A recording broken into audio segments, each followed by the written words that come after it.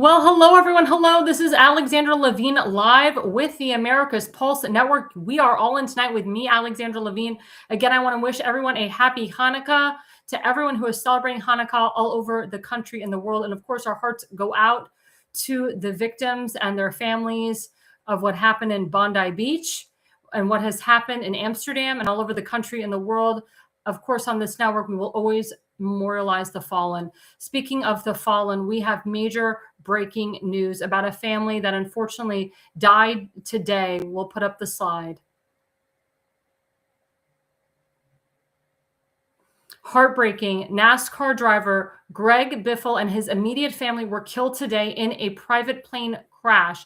He died alongside his wife, Christina Grossu, and their two children, 14-year-old daughter, Emma, and 6-year-old son, Ryder. Rest in peace. This is such a sad story. I know people that knew the NASCAR driver, such as Tim Fazenbaker and many others. It's so sad. And we are getting reports now as the night goes on and throughout the days of how this happened. Again, he was on his private plane from North Carolina down to Sarasota, Florida. And unfortunately, he and his family didn't make it. There was other people that died on that plane as well, but they have confirmation that the NASCAR driver, Greg Biffle, and his immediate family were killed today. And of course, our hearts go out to them. We will always memorialize them. We will always memorialize Greg Biffle for the work that he has done over the years. Another major breaking news. Let's put up the next slide. So this is very near and dear to my heart. As you know, I am a professional opera singer. I will be getting back into the Kennedy Center. I'm waiting for renovations to kick in. But the Kennedy Center board, and remember, President Trump is the chairman of the board. They voted unanimously today to rename the building to the Trump Kennedy Center. Incredible. Caroline Leavitt, White House press secretary, announced that the vote is because of the unbelievable work President Trump has done over the last year in saving the building, not only from the standpoint of its reconstruction, but also financially and its reputation. Congratulations to President Donald J. Trump, and likewise, congratulations to President Kennedy, because this will be a truly great team long into the future. The building will no doubt attain new levels of success and grandeur. And I am so happy about this. I'm looking forward to singing in this building in the Trump Kennedy Center. Remember, they talked about naming it the Melania Trump Kennedy Center, but they unanimously voted to call it the Trump Kennedy Center. I hope everybody goes to the Trump Kennedy Center, gets tickets, comes to see me, comes to see other shows, and I will be making opera great again. And also breaking news, last night at 9 p.m., President Trump laid out for the American people the wonderful accomplishments that he has achieved in just a year. It'll be a year, January 20th, 2026.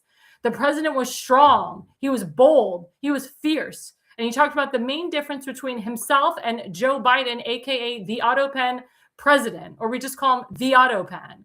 As you know, President Trump has been fixing this country. He has been fixing all the crap that Joe Biden and Obama put into place. And we are getting to the bottom of what really happened under the, quote, Autopen presidency. So we put up this slide. President Trump, this is one of the main things that he said. No, we'll go back to there you go, because I didn't read it yet. At POTUS, he said, for so long, the vast majority of good and decent Americans were forced to watch as corrupt politicians plundered the halls of power, exploited our taxpayers, and pillaged every system that makes civilized society function. Not anymore. We are putting America first. Also, President Trump talked about giving more money to the military, to our veterans. That is something that is so important, giving money back to our farmers, making sure that our farmland isn't owned by China, but is owned by American citizens. He also talked about healthcare. He wants everybody to have their own private healthcare. He is talking about how Obamacare is a disaster. He talked about how Obamacare is a disaster. It's called the Unaffordable Care Act. And it's funny because in the halls of the presidency, President Trump actually wrote a little snippet about Barack Hussein Obama and how he was famous for the Unaffordable Care Act. President Trump made it very known to people, because we're ending open enrollment. It actually ended December 15th. We just ended open enrollment. And now he is talking about how people should have the right to have their own private health insurance. As you know, I'm a health insurance and life insurance agent. I give people private health care all the time. I do not believe in Obamacare. I do not believe in the Affordable Care Act. And I do not believe in Medicare for all. It doesn't exist. It doesn't work. And it will bankrupt our country. Everybody has their own issues. Everybody needs their own private health insurance. And that is something huge that President Trump emphasized last night. And we'll put up the last slide of breaking news from Secretary Lori Chavez. Let's put that up. So she wrote, Secretary Lori Chavez said, "Ad POTUS is the greatest president of my lifetime, and he continues delivering historic wins for the American people. Tonight's address highlighted how much work we've done to fix the broken economy Joe Biden left behind and restore our nation to greatness. We've got a lot of work left to do, but with President Trump at the helm, we'll keep fighting for everyday Americans." And I, wholeheartedly agree with her. President Trump is the greatest president of my lifetime as well. And he continues to deliver historic wins for we the people. That shows you MAGA, America first. When you are on the Trump train, really on the Trump train, you really understand MAGA and America first. I'm on Trump's train. I've been on his train from the beginning. I will continue to be on his train because he's done such wonderful things for my generation, for older generations, for the younger generations. You have to really, really understand what he is doing, the executive orders that he's putting into place. Also, he has some of the best people working around him at this time. I know the New York Times has tried to slander Susie Summerall Wiles, Caroline Levitt, and many other people that work under the president. Let me tell you something. He's got some loyal people that work under him, and he's getting jobs done for the American people. It's very exciting to see the wins that he has had in just a very short period of time that he's been there. It'll be a year, January 20th. So my question to my audience is, how did you feel about President Trump's speech last night? I want to hear it from you. I want to know your thoughts and your feelings. Did you feel it was victorious? Did you feel that he really told the American people what was really going on? Do you think he was full of BS? Do you think he hasn't accomplished anything? I want to know from you guys. I want to know your thoughts and your feelings. Again, we are the constituents. We're the people that voted President Trump in. We want results. So I want to know from my audience if you felt that you got results after that speech last night. Now turning into segment one.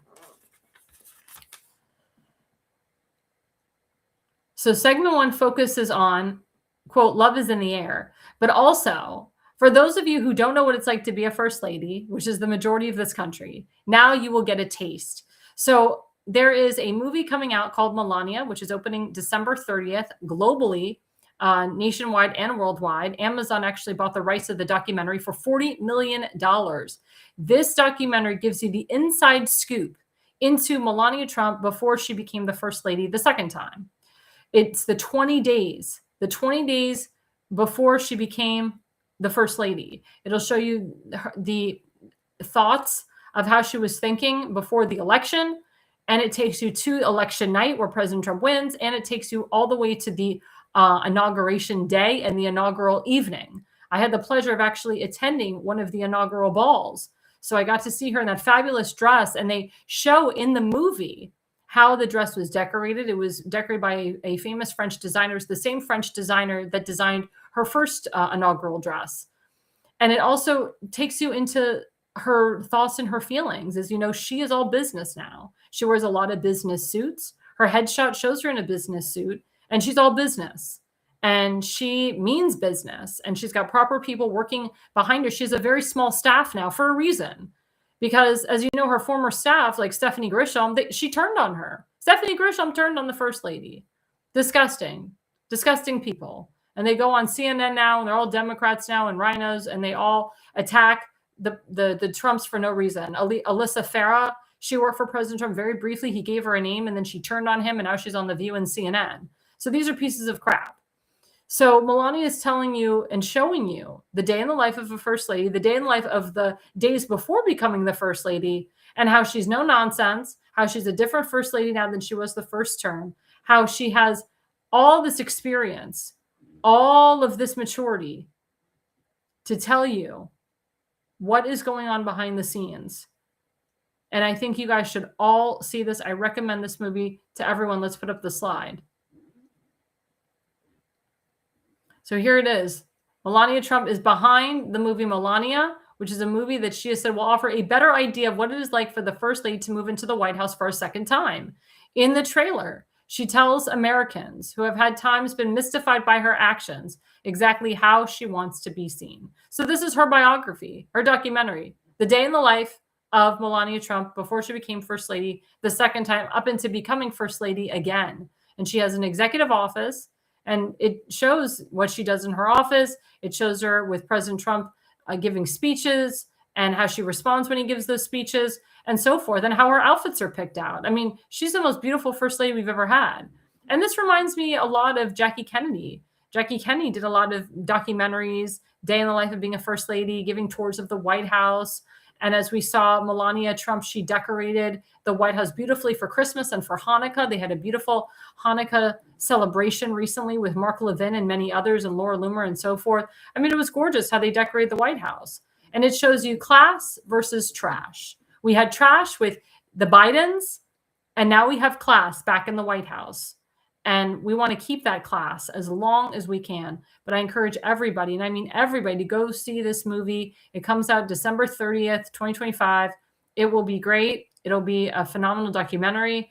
And I hope that you all enjoy it. And I want to know your thoughts about it. I want to know your opinions on it. If you think that it really depicted the First Lady properly, if you think there were some things that could have been more emphasized, if you think that she held back on some stuff, I want to know. I mean, they have a trailer out. And the trailer is only snippets. The trailer only tells you a little bit, here and there. But I want to know from start to finish how you guys feel about this documentary, because it's really, really important. It really needs to be seen. Again, it's the day in the life of the First Lady. So going back to what I said, love is in the air. So a lot of people are getting engaged now right before the new year. I find it very interesting. I find it coincidental. I find it kind of funny. But it's a great feeling. I mean, President Trump, when he went into the White House the first time, more people were getting married, more people were having kids. And I encourage everybody to do that as a dating consultant. If you've been dating someone for 3, 6 months, a year, or years, don't wait. Don't waste that person's time. Don't waste your time. If you want to marry that person, marry them. If not, let them go. Or have a very, I don't want to say intense, but a very serious conversation with them, and just be like, hey, when I started dating you, didn't really want to marry you. And I don't really want to marry you now. Or, hey, when I first started dating you, I didn't want to marry you, but now I'm thinking about marrying you and having kids. What do you think? So these are conversations that couples need to have.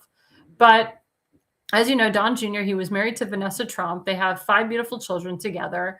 And as you know, his eldest daughter, Kai, is a golfer just like her father. And I think Vanessa Trump is now dating Tiger Woods. And then after they got divorced, Don Jr. ended up dating Kimberly Guilfoyle, and they got engaged. And then it didn't work out. And now she's the ambassador to Greece, and she's in Greece living it up.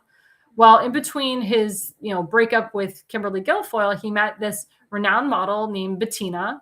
And she's, younger than him. She's around 38 years old. And her family is a very well-to-do family as well. I think her family are like millionaires. And he's been dating her for a year, and he decided to announce in front of everyone that he got engaged to her. Let's put up the slide. So Donald Trump, breaking news, big family news from the White House. President Trump just announced that Donald Trump Jr. and Bettina Anderson are officially engaged and getting married. Donald Trump Jr. said, not often that I'm at a loss for words, because we usually do the ranting and raving really well, but this is a little different. But I just want to wish all of you guys an incredible holiday season, a Merry Christmas, a very Happy New Year, and to thank Bettina for that one word. Yes.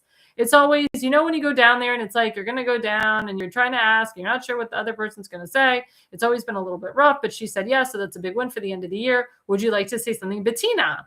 Then Bettina took the mic and she goes, wow, what a privilege it is to be here in the White House. Mr. President, thank you so much for hosting this incredible party. And to our First Lady, these decorations, am I right? Are they unbelievable? This has really been the most unforgettable weekend of my life, and I get to marry the love of my life. And I feel just like the luckiest girl in the world. So thank you. And thank you, Mr. President. Thank you. Thank you.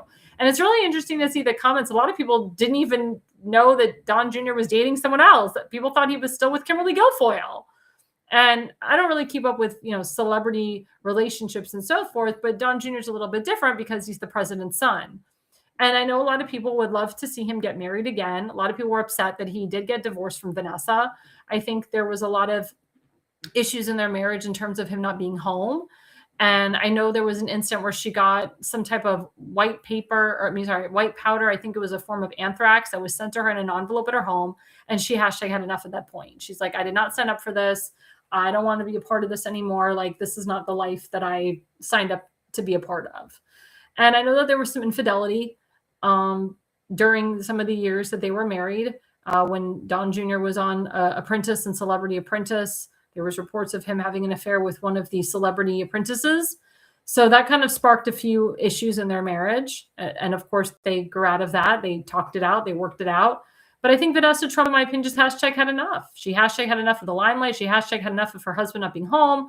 And she just had enough of the whole political limelight. But she is still very close to President Trump, to the family, and they co-parent, very well. Don Jr. and her co-parent very well.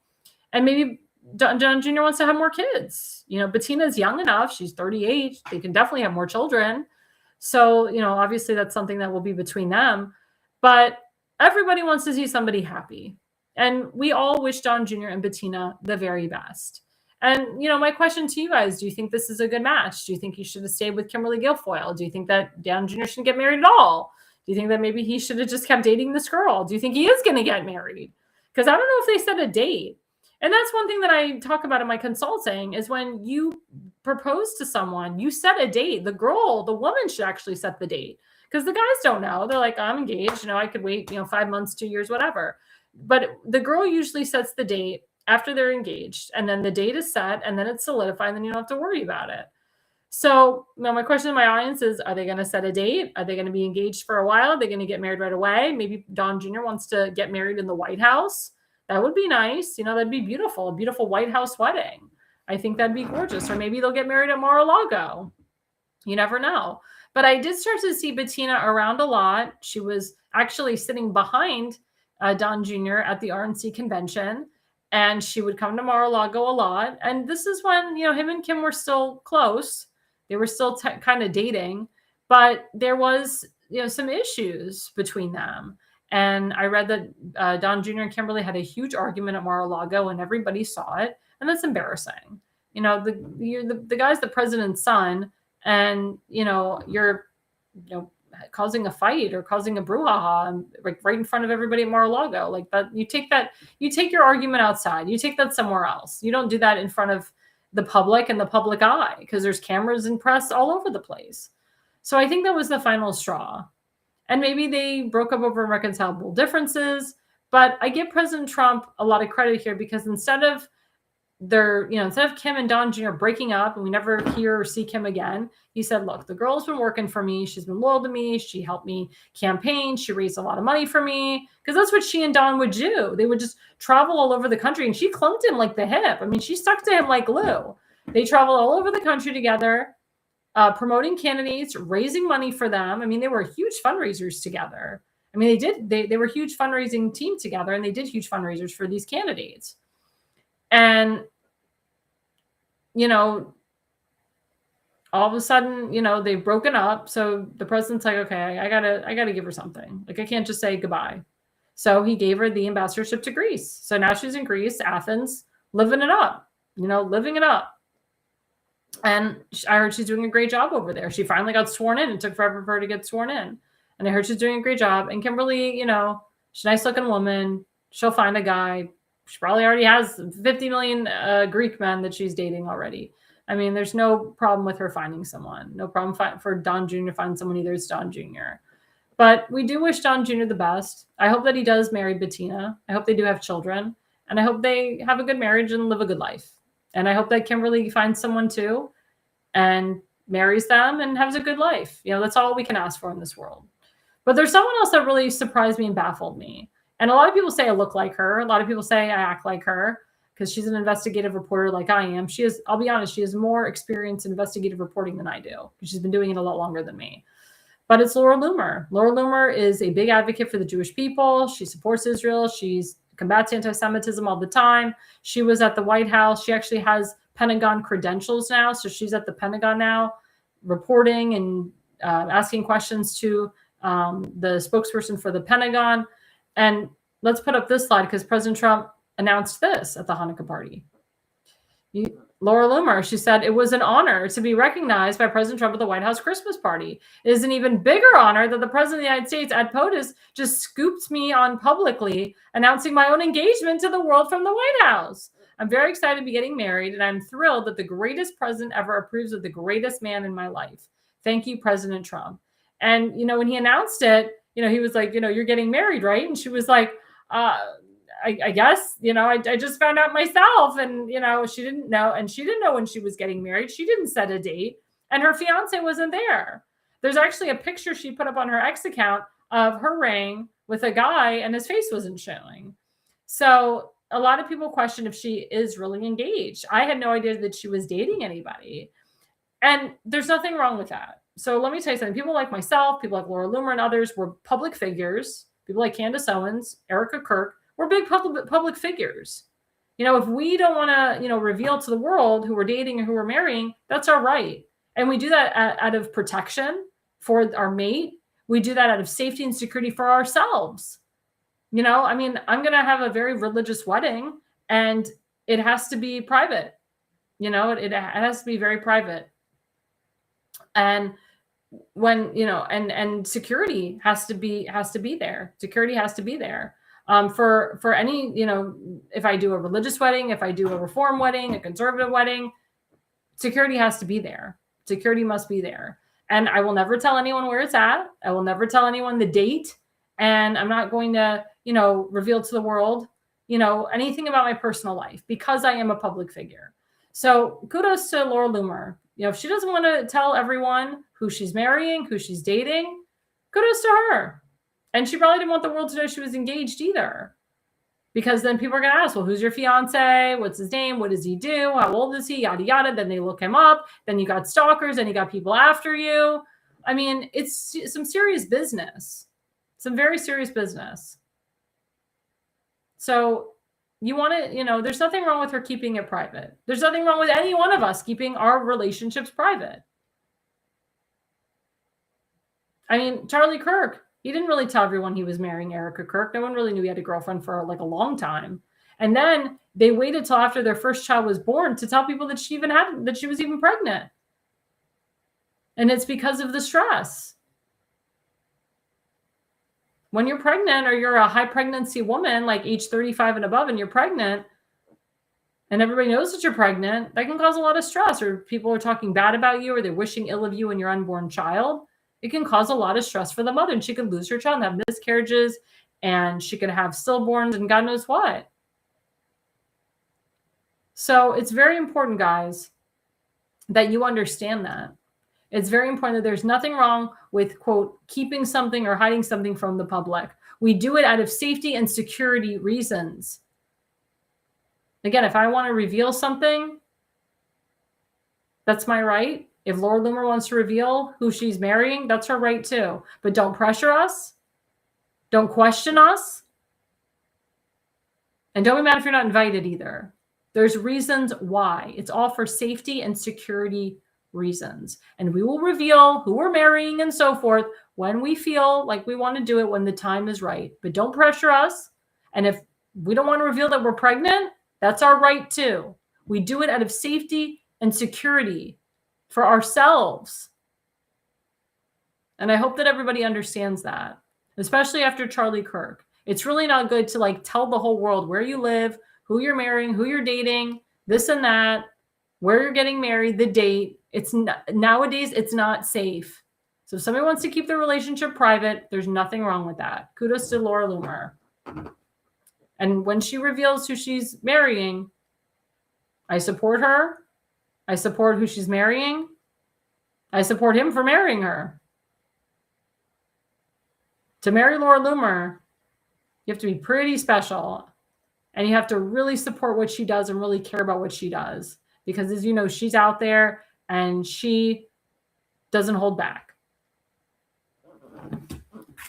But I encourage everybody else to get married. to have children. Again, if you've been dating somebody for a long time, what's the holdup? That should be your New Year's resolution. Get married and have kids. And Dan Scavino Jr., as you know, he got engaged to Erin Elmore. They've been dating for a while. We don't know when they're getting married. I hope she set the date, because men don't set dates. Women set the dates. Men will never set a date. They'll just show up. Women set the date. Men will show up, and that's it. That's how it should be. Or if you want to just get married at the courthouse, you can do that too. Or get married in your backyard. I don't care. But set the date.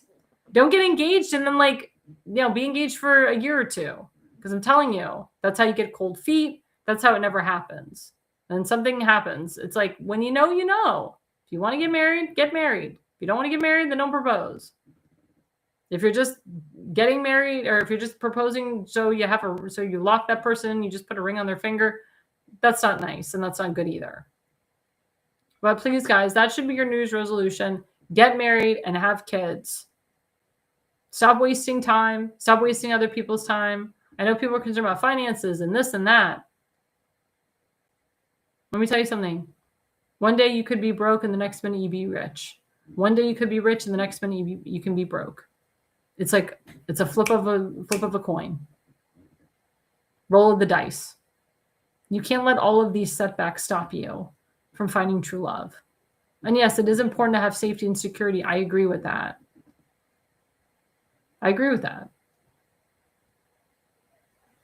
But jobs are very available now. There's many, many ways to make money nowadays. There's many ways. Don't feel like you can't make money, and don't be so picky with a job. You get something and then it'll become bigger and bigger and bigger the more that you do it, or start your own business. And that takes a lot of time too, and a lot of money and a lot of effort. But if you put effort into it every single day, you will be successful. Don't give up. The first year of owning your own business is the hardest. It takes about 2 or 3 years to really get your business going. But seriously, guys, no more excuses.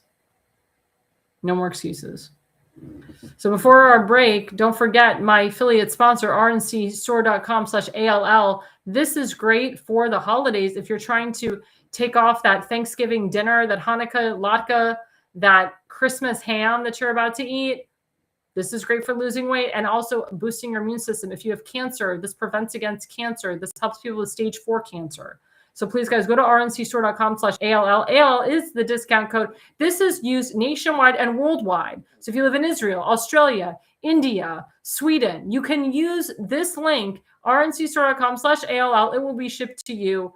Just use the discount code. If you don't use the discount code, if you don't use the discount code, you won't get the discount. So please, guys, use the discount code ALL, and you will get so much for your money. So please, guys, don't forget John Richardson Nutritional Center. And we'll be right back after the break.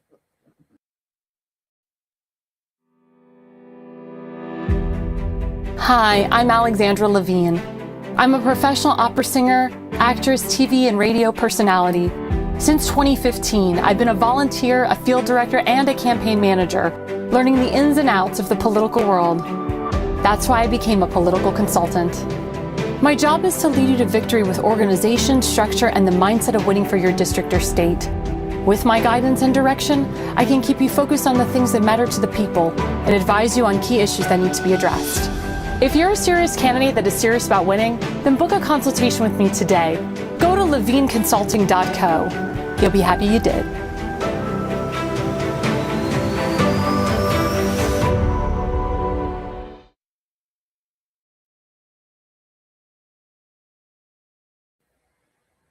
Well, welcome back, everyone. I'm Alexandra Levine, live with the America's Pulse Network. You are all in tonight with me, Alexandra Levine. Don't forget to like and subscribe to our network. We are on YouTube, Rumble, X, Truth Social, TikTok, Instagram. We're on like 6 platforms at americaspulse.com.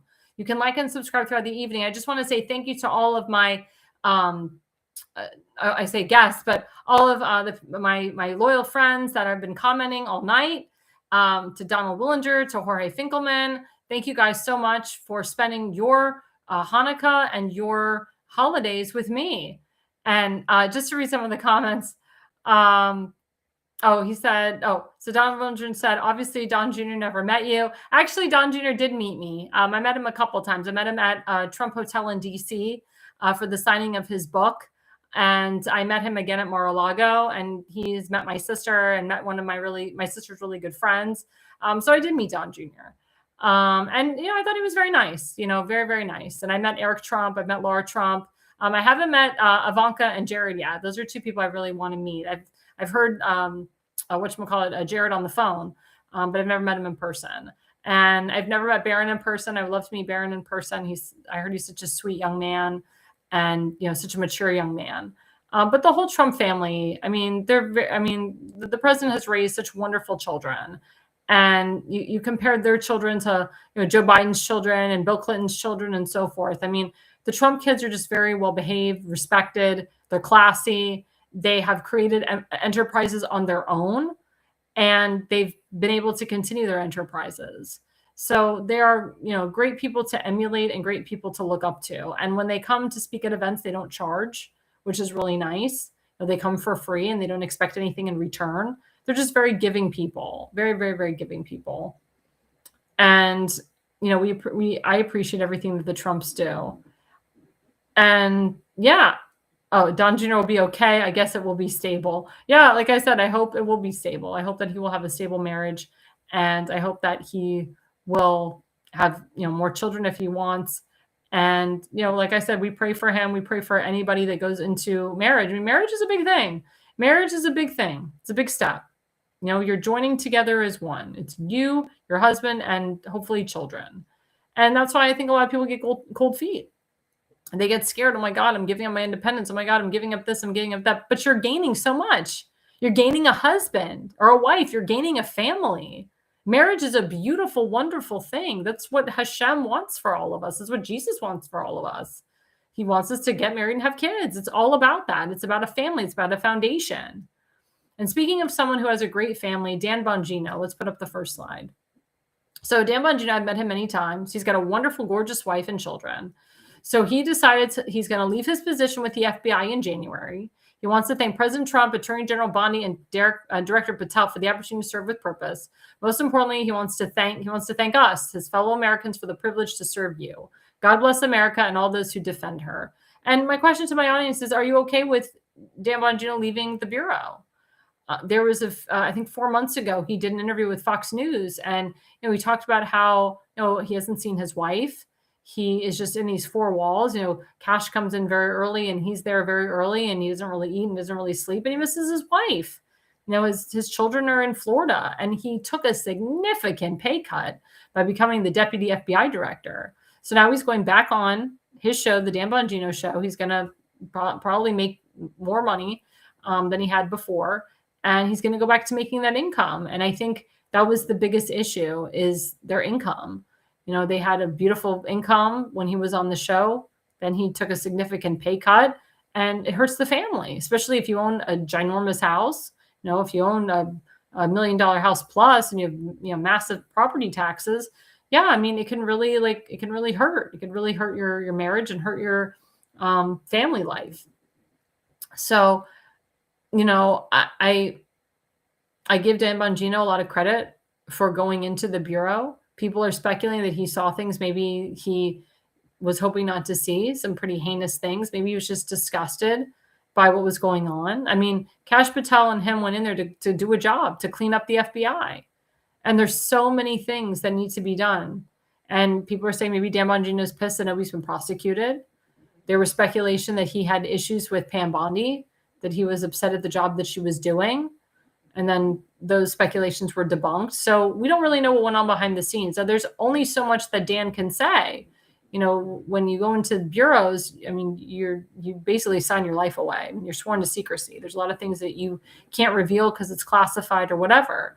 But I know his first show is going to be huge. Everybody's going to listen because everybody's going to want to know what happened and what's going on in the Bureau. And is anything going to happen? Are arrests going to be made? So we'll see what he can reveal and what he can tell. But don't crap on Dan Bongino. Dan Bongino was asked to do a job, and he did it. And maybe he didn't completely finish it, but There is always reasons why he's going back into the private sector, and he's going to be a private citizen. Look, my father worked for the Bureau. My father worked for the FBI, DOJ Criminal Division. He didn't work there that long. He only worked a couple of years. And he saw a lot of the crap, a lot of the corruption that's going on today. I think that's one of the reasons why he left. He also wanted to get into the private sector. You make more money in the private sector. He didn't want to be told what to do. He didn't want to be beholden to anyone. He wanted a life. He wanted a life. And thank God he left, because then he met my mother a year later, got married, and had my sister and I. So everything happens for a reason. And my father is more successful being in the private sector, owning his own businesses, than if he were to stay in the Bureau. I mean, you have to stay in the Bureau for 20 to 30 years to really make anything. I mean, that's sad. And a lot of people get burnt out working in these positions. They really do. But don't call Bongino a failure. Don't say that he failed. At least he was there. He tried. But I think the job was just, it took up a lot of his family life. And like I said, maybe, I don't want to say the job was too hard for him, but maybe the job itself was just hard.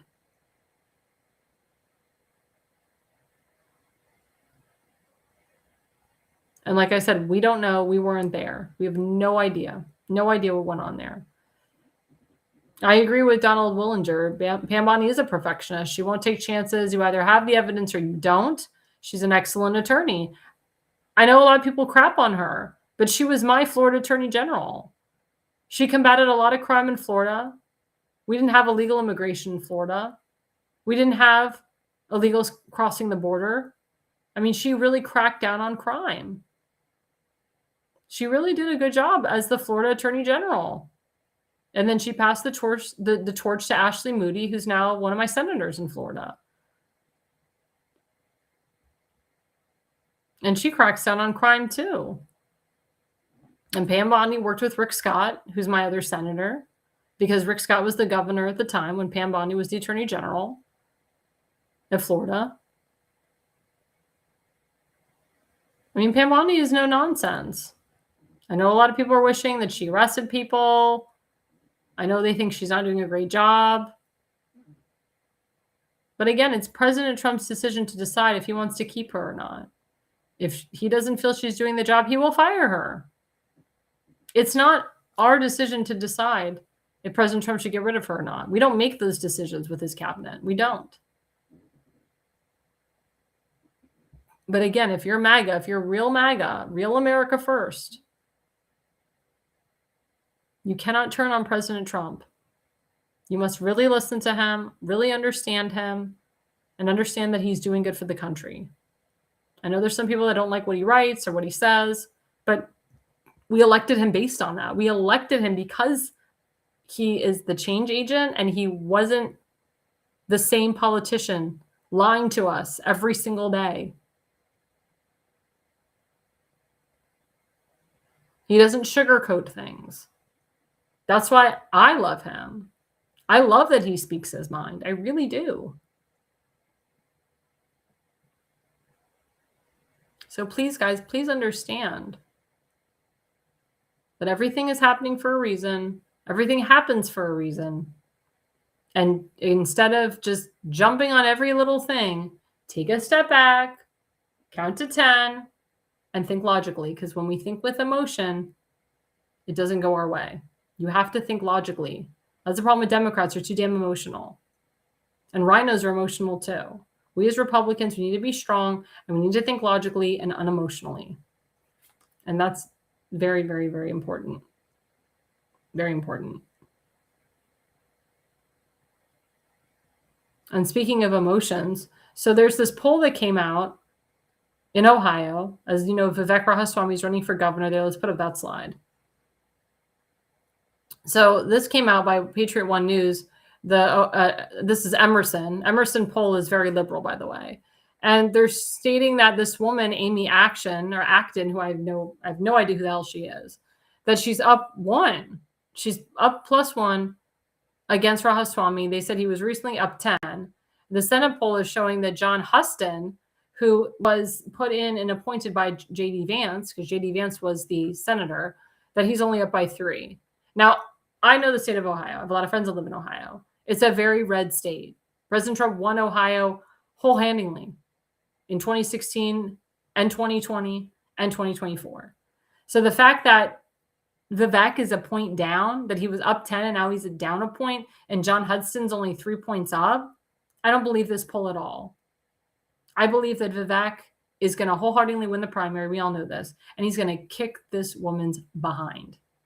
He will be the next governor of Ohio. That's why President Trump told him to run for the governorship of Ohio. There was issues with him and Doge, and he was kind of like combating Trump's base a little bit with the H-1B visas. So Susan Wiles was like, we can't have this Vivek. Like, you're pissing off Trump's base. Maybe you should like step away from Doge and do something else. So Vivek is like, okay, what am I going to do to stay relevant? So President Trump's like, why don't you run for governor? Because the governor they have in Ohio, DeWine, is a huge rhino, and we need someone who will support my agenda and a governor that I can work with. And Vivek is very good with the youth, very good with the youth and with technology and with artificial intelligence and creating a monoclonal antibody treatment that help people with COVID. So Vivek is perfect for Ohio. A lot of people are nervous because he's a minority. He's Indian. His family's from India. Do we want that as governor of Ohio? But Ohio is very diverse. Ohio has a lot of Christians and Indians and Haitians and Jews. It's a very diverse state. So I think, in my opinion, Vivek would serve very well as the governor of Ohio. And I've been to Ohio many times. I was on Capitol Hill. I met with John Hudson and Bernie Moreno, and I met with Max Miller, who's a congressman in Ohio, in Cleveland. I see the type of people that they elect in Ohio. They want a strong, young guy. They want a strong, powerful man who's young and fresh, who has fresh ideas. That's why I believe that Vivek will be the next governor of Ohio. So I don't believe these polls. I mean, again, all the Democrats do is cheat. They rig elections all the time to get ahead. You know, we all know this. But I feel Ohio, and I know they've perfected their election integrity system. And as you know, I've interviewed 2 people running for Ohio Secretary of State, Marcel Sturbeck and I think Robert Sprague, who's the Ohio treasurer. They're both running for the same seat. Their biggest focus is election integrity. Making sure it's only paper ballots. And what we're hoping is that Congress codifies President Trump's executive order to only do paper ballots, have elections on the day, get rid of the damn machines, get rid of early voting. Let's see if Congress will do that. I don't have faith that they will do that, but we'll see. We'll see if they will do that. It'd be nice if they did, but we'll see. We'll see. Time will tell. But that's the only way we can have free and fair elections, if we get rid of the machines and do paper ballots and have elections on one day and one day only, and count all the ballots and be done with it. None of these mail-in ballots, paper ballots. Mail-in ballots, paper ballots are fine. None of these mail-in ballots. None of this crap. Paper ballots are easy to count. I've counted them before. Let's just get it right this time, guys. Don't let the Democrats take all these seats from us. The midterms are so important this time. Gubernatorial races are on the line. Municipality races are on the line. State delegate, state senator, local races are on the line. And Congress is on the line. House of Representatives is on the line every 2 years. Even though President Trump isn't on the ballot, we must pretend like he is. He's going to North Carolina tomorrow to campaign.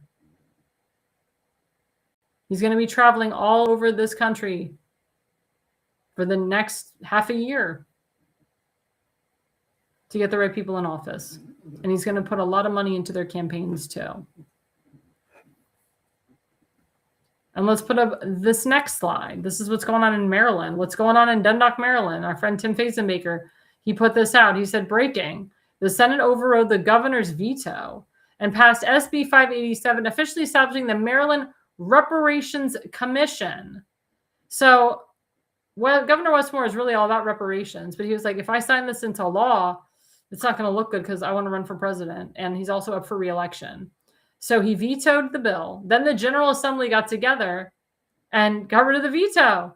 The Senate got together and got rid of the veto and pushed a Maryland Reparations Committee. And now Westmore's so happy because he's forming a reparations commission right now. He's actually putting curriculum in school so the kids know what reparations is.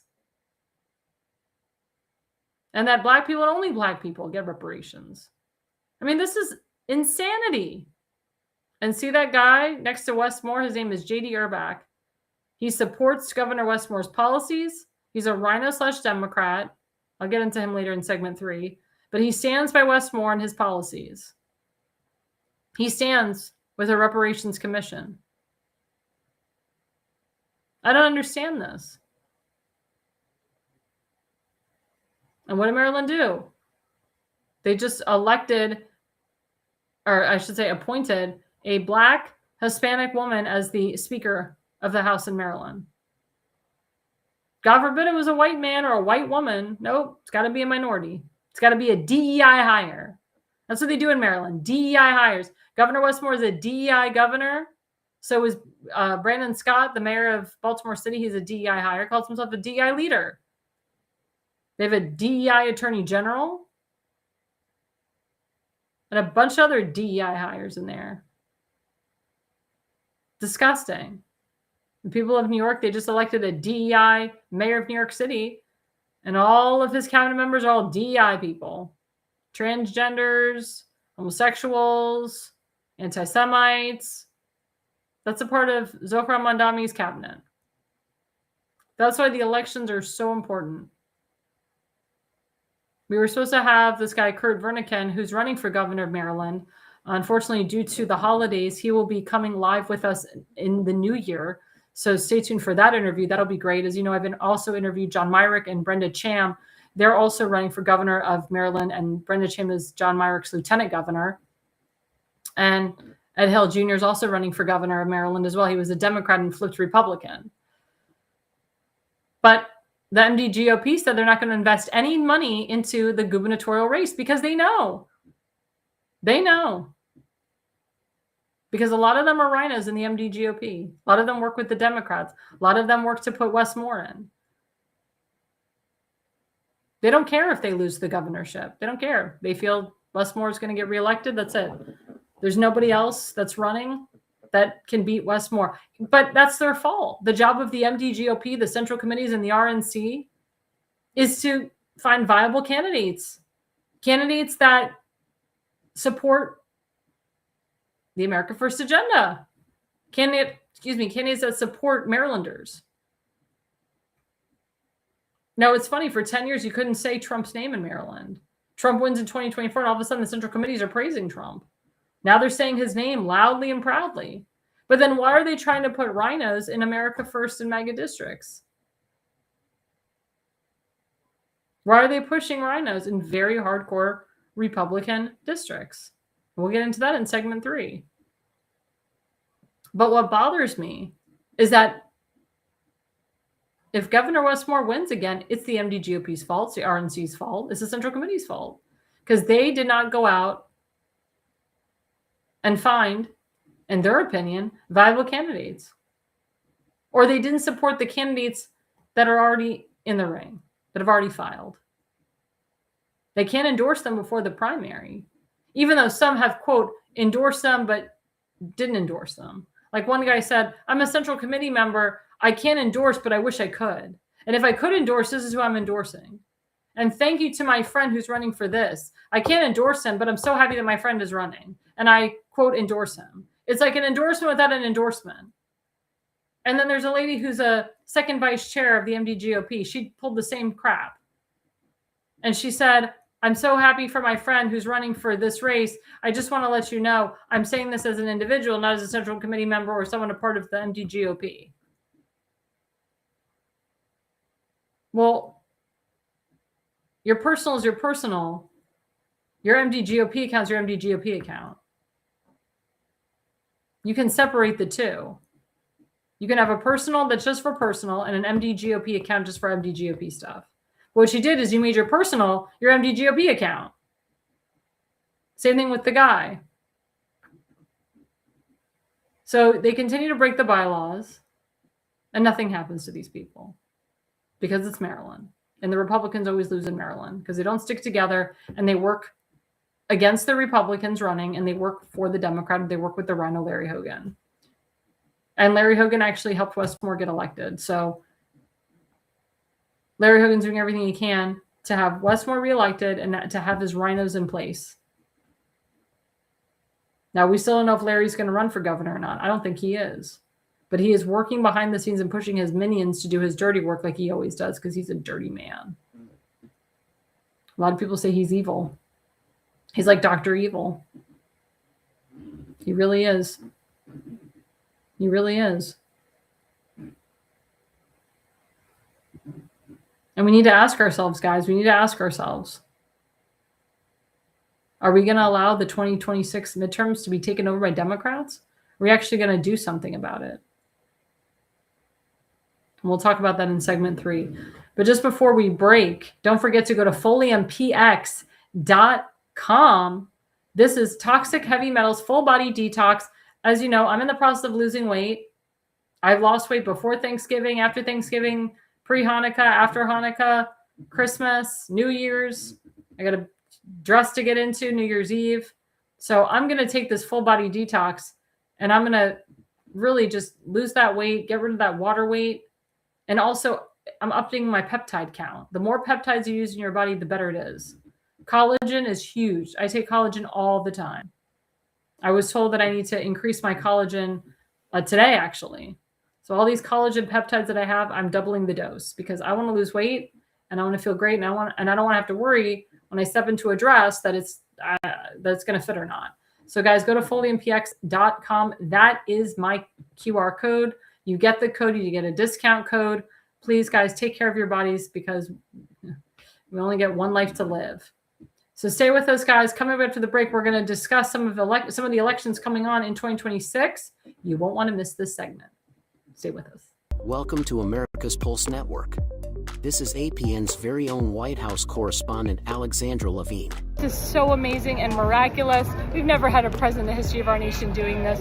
And we hope to God that he continues doing this forever and ever. Thank you. God bless you, everybody. And God bless President Trump. And God bless you. Hello, everyone. This is Alexandra Levine with the America's Pulse Network. I am the White House correspondent right here in the heart of D.C. as President Trump is celebrating 250 years of America and the military. Subscribe and follow America's Pulse Network on the above social medias.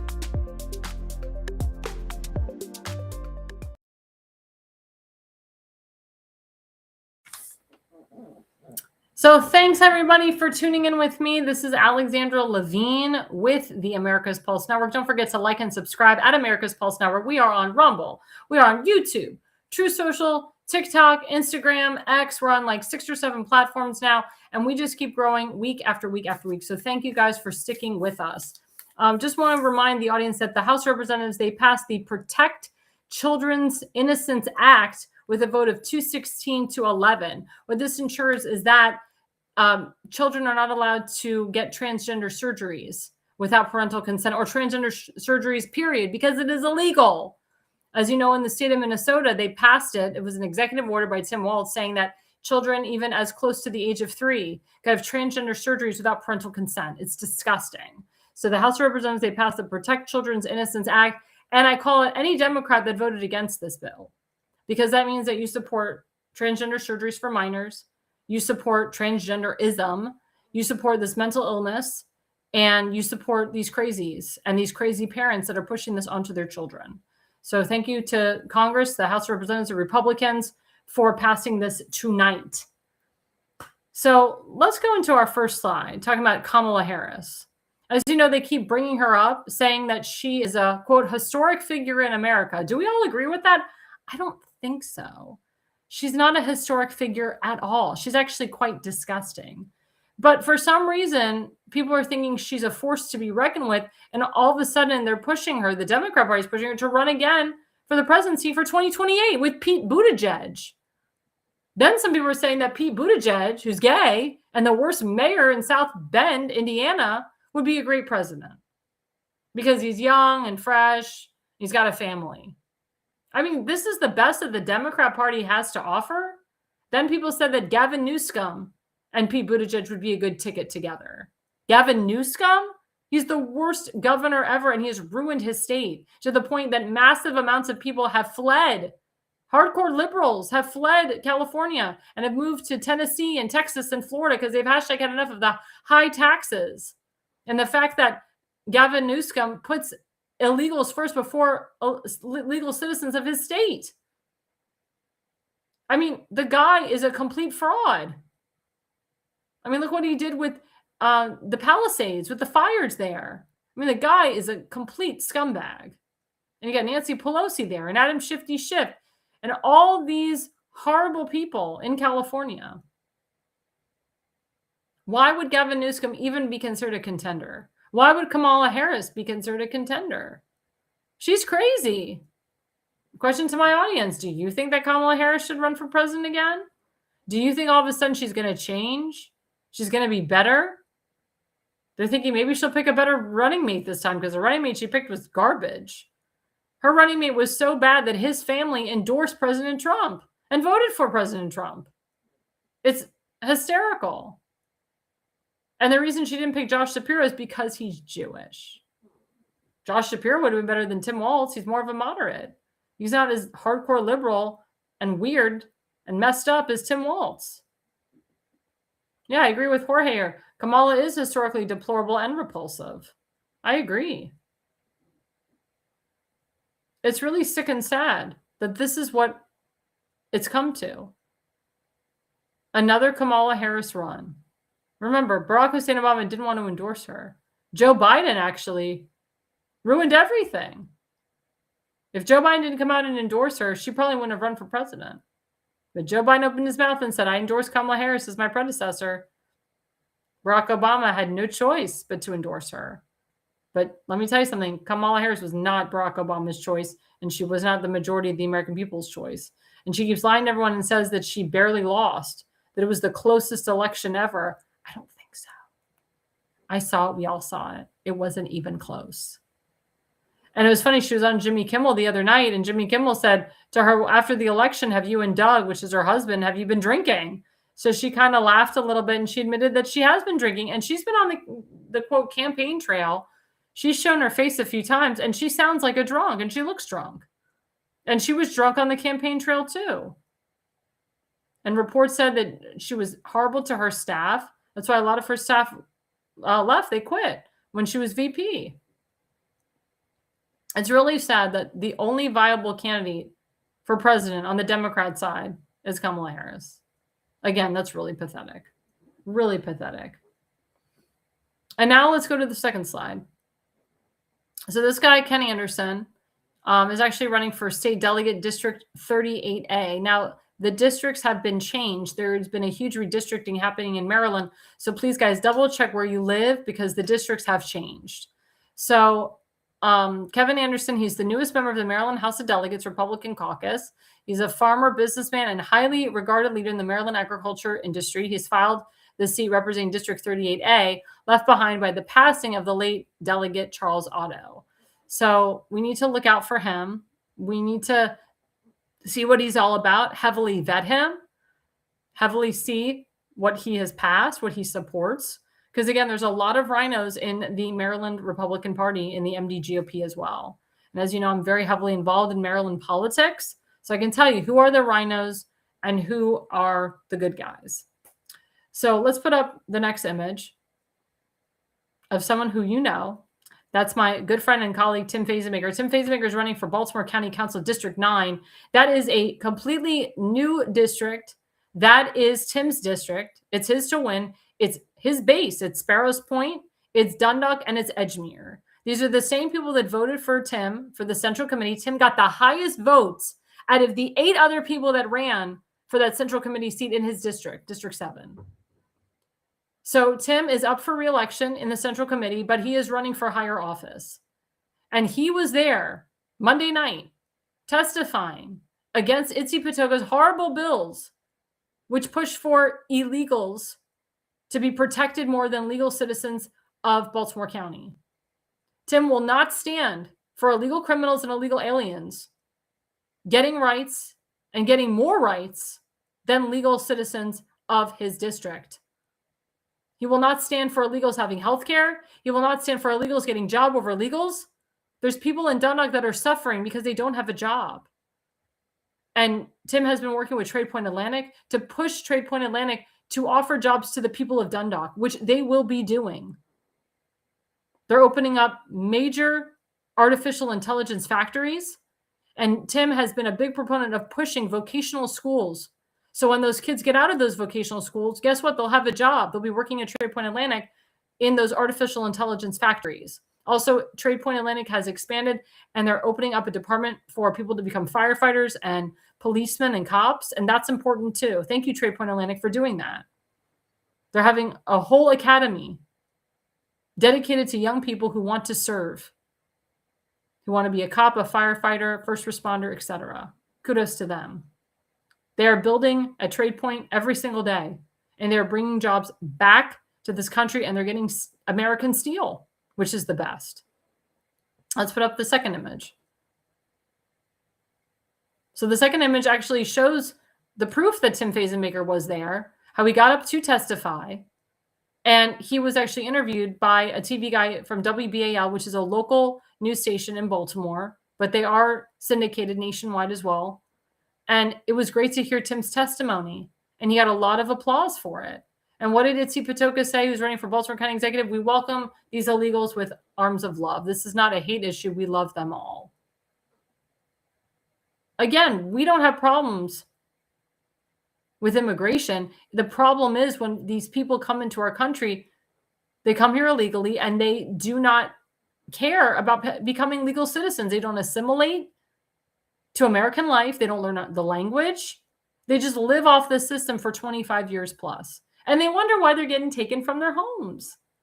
And then a lot of these people are criminals. They're sex traffickers, drug traffickers, human traffickers. They come across our border and they kill innocent children and innocent young adults like Rachel Morin and Tammy Nobles' daughter and many others, and Kate Steinle in California and many others. I mean, the stories and the list go on and on. President Trump cares about the citizens of our country. Tim Fazenmaker cares about the citizens of his district and all of Maryland. And that's the type of person that you need in leadership. Not rhinos, not Democrats. That is not what we want. And again, Tim is running in the most MAGA America First district. But what are the rhinos doing? They're pushing this rhino/Democrat who's a Pete Buttigieg supporter, who's been endorsed by all the rhinos in Maryland, who hates President Trump, who said that President Trump and Pete Hegseth were murderers and they shouldn't have gone against the narco terrorists, that they should have allowed the narco terrorists into our country, that Pete Hegseth doesn't know what he's doing, even though he's a military guy. And this guy who's running against him, he supports illegals having health care. He supports reparations. He supports Chris Van Hollen, Governor Westmore, and Johnny Oshefsky. These are all hardcore Democrats, socialist Democrats. And he vehemently hates Trump. He supported everything Mitt Romney said about Trump. He supports Liz Cheney. He supports Mark Milley, and the list goes on and on. We have the proof. I don't know why this guy decided to run against him, but actually this is perfect because it's Rhino versus MAGA. Rhino versus America First. Establishment versus America First. And I know the people at Dundalk do not want a Rhino representing them. They want a person that stands with them and listens to them. That's why it's really important that you guys put Tim Fazenmaker in there, vote him in, elect him to a higher office, let him take care of you. Let him listen to your wants and needs because he will, and he'll respond right away. without hesitation. He's a great guy. I've had the pleasure of working with him for 6 years, and I will continue working with him because he's been consistent on message, and he doesn't stray away from his hardcore beliefs or principles. He also believes that you have the God-given right to do whatever you want with your life, provided you do not take that right away from another.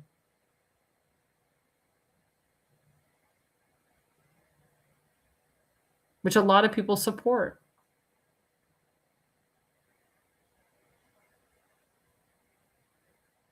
But there's other controversy going on in Maryland with the County Council seat 6, which Nino Maggione is running for. He's a incumbent state delegate, so he's giving up his seat. He's working with this guy, Kevin Ford.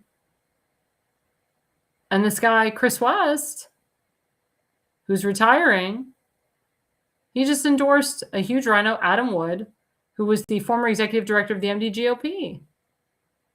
Now, Chris West originally was friends with Nino, but he turned on Nino. Nino's very Republican. Nino votes very Republican, very conservative. But he crapped on Nino because he said Nino hasn't sponsored any bills. He hasn't said anything about the environment. So Chris West has endorsed Adam Wood. And I heard that the party is going to pump $50,000 into Adam Wood, which is unusual considering this is a very hardcore Republican seat.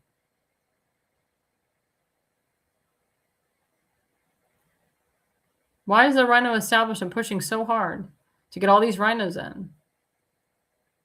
What is their end game? They just love to lose. I pray that the people of Maryland wake up and realize that you're getting screwed by the party and screwed by your elected officials. You have elected officials in the state Senate and the delegation that don't give a crap about you. And they're going to push their guy through because they hate Donald Trump. It's really all about the hatred for Donald Trump. Chris West vehemently hates Donald Trump. Adam Wood doesn't like Donald Trump either. Nicolee Ambrose, who's the RNC committee chairwoman, hates Donald Trump.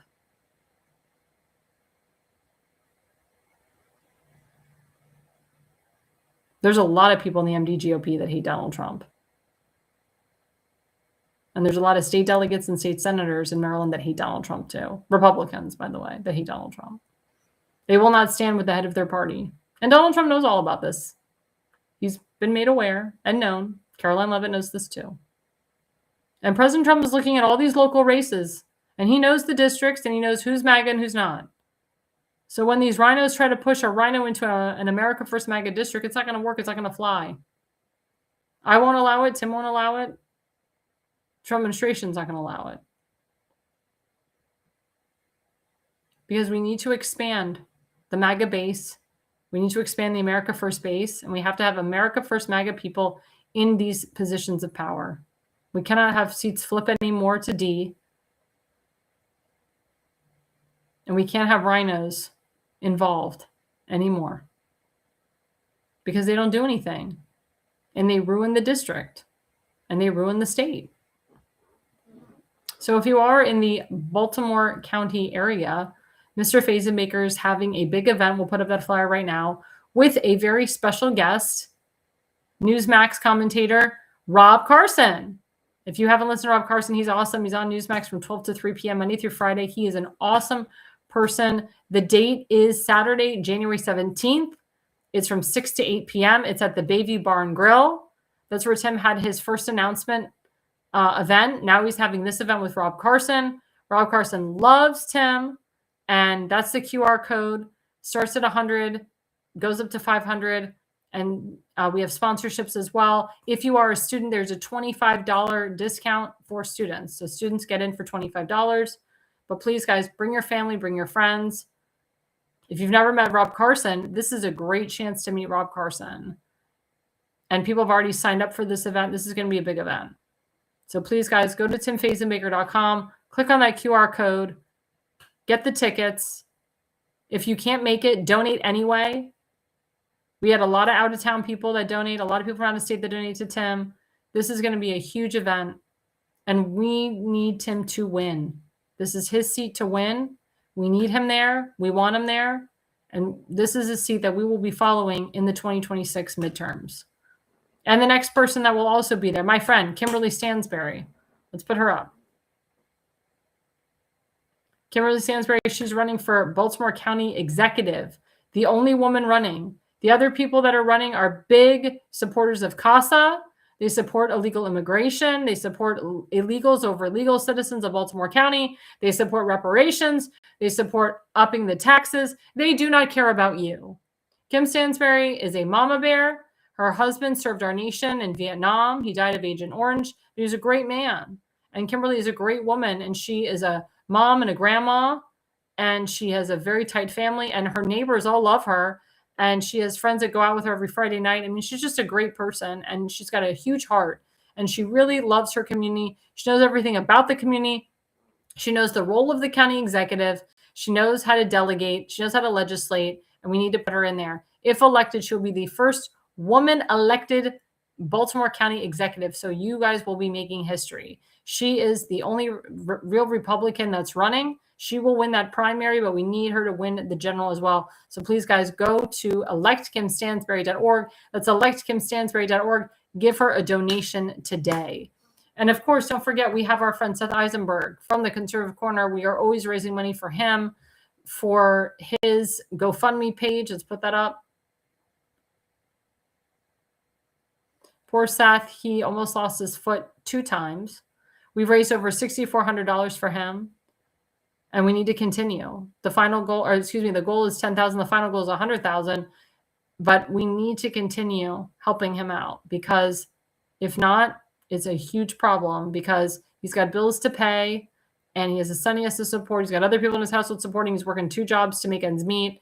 We need to help him. He served in our military, served in our Navy. It is time to get back to our veterans, not to illegals, not to criminals, not to murderers, but to give to Jonah Eisenberg. So please, guys, go to GoFundMe /Jonah/Eisenberg/overcome/health/crisis, or you can just put Jonah Eisenberg to overcome a financial health crisis and donate $100, $150, $200 today.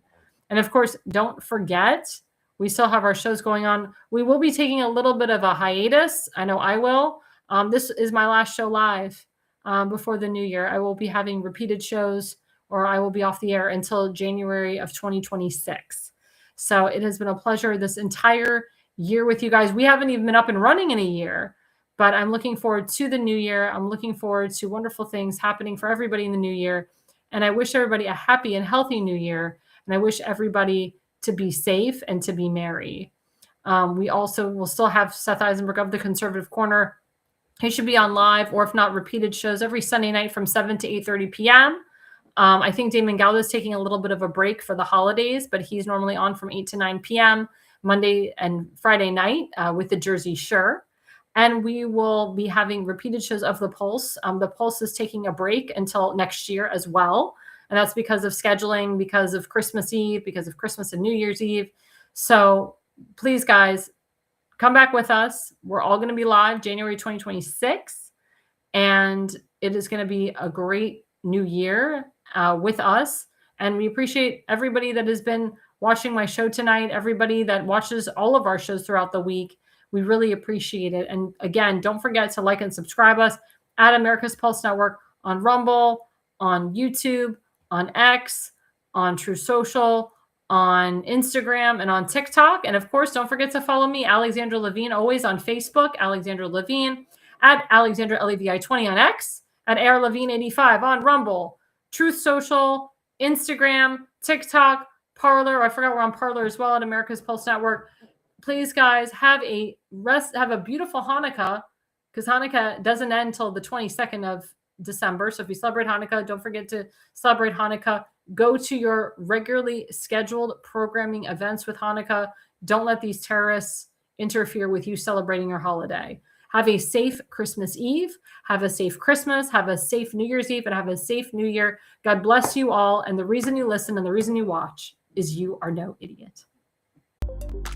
America's Pulse Network. The mainstream media is bought and paid for. The truth is twisted to fit their agenda. But America is waking up, because podcasts are the future for trusted media. Welcome to the America's Pulse Network. It is a network built by patriots that upholds the Constitution. The America's Pulse Network stands for God, truth, and the America First movement. There is no corporate propaganda, no government spin, just real news, real talk, and real voices fighting for faith, freedom, and the future of this great nation with common sense. Here are some of America's Pulse Network podcasts. Alexandra Levine Live, hosted by Alexandra Levine. Jersey Shore Podcast, hosted by Damon Galdo. The Conservative Corner, hosted by Seth Eisenberg. APN's The Pulse, hosted by Alexandra, Damon, Elena, and Seth. So tune into America's Pulse Network on the following social media platforms: X/Twitter, Rumble, Truth Social, Parler, Facebook, and YouTube. Join the revolution, because the pulse of America beats for God and country. America's Pulse Network is for faith, family, freedom, and truth.